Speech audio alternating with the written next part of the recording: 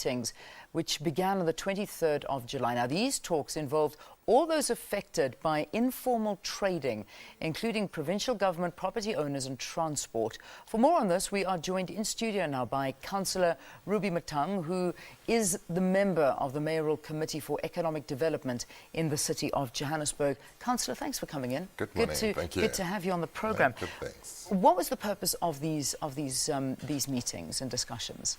Well, the purpose is to engage with the informal traders, making sure that the plans that the city has, that they too are part of these plans. So then the discussions and negotiations are really about a city that has a shared vision, a city with a common purpose. So the negotiations are really around finding solutions to this huge migration of people coming to Johannesburg for all sorts of opportunities, including that of trading, and the trading all over, and the negotiations really around, in as much as the city promotes informal trading. Yeah. But how do we do that such that other stakeholders are part of this growth of the city? Now, taking note of the fact that traders are also trying to make a living, have you reached an agreement as to how the city is going to work with the traders? Well, broadly, there's a common thrust with the traders, but there are a number of areas that we still think we need to engage with them. We're not happy with certain of practices, certain of the conduct, certain of how they do their business, and we continue to engage with them.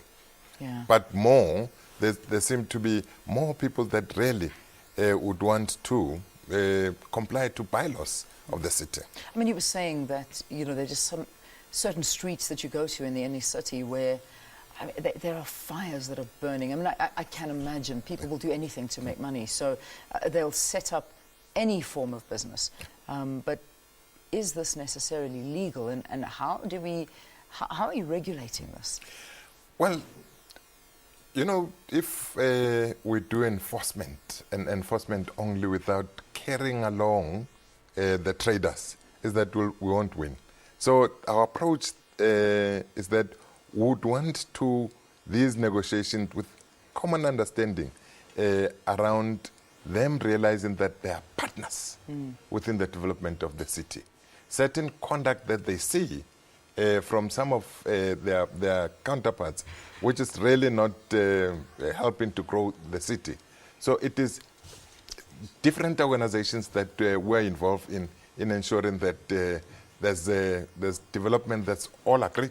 Yeah. What about property owners? I mean, how do they feel about this? Property owners are involved. We're meeting with a number of different organizations. We've started meeting with the residents in the inner city. We've started with meeting with business, property owners. There are a series of meetings. We're meeting with NGOs. We're meeting with the academics, because you would remember that when we were challenged there, some of the academics came strong around how do we get a lively city. So we're engaging. Yeah.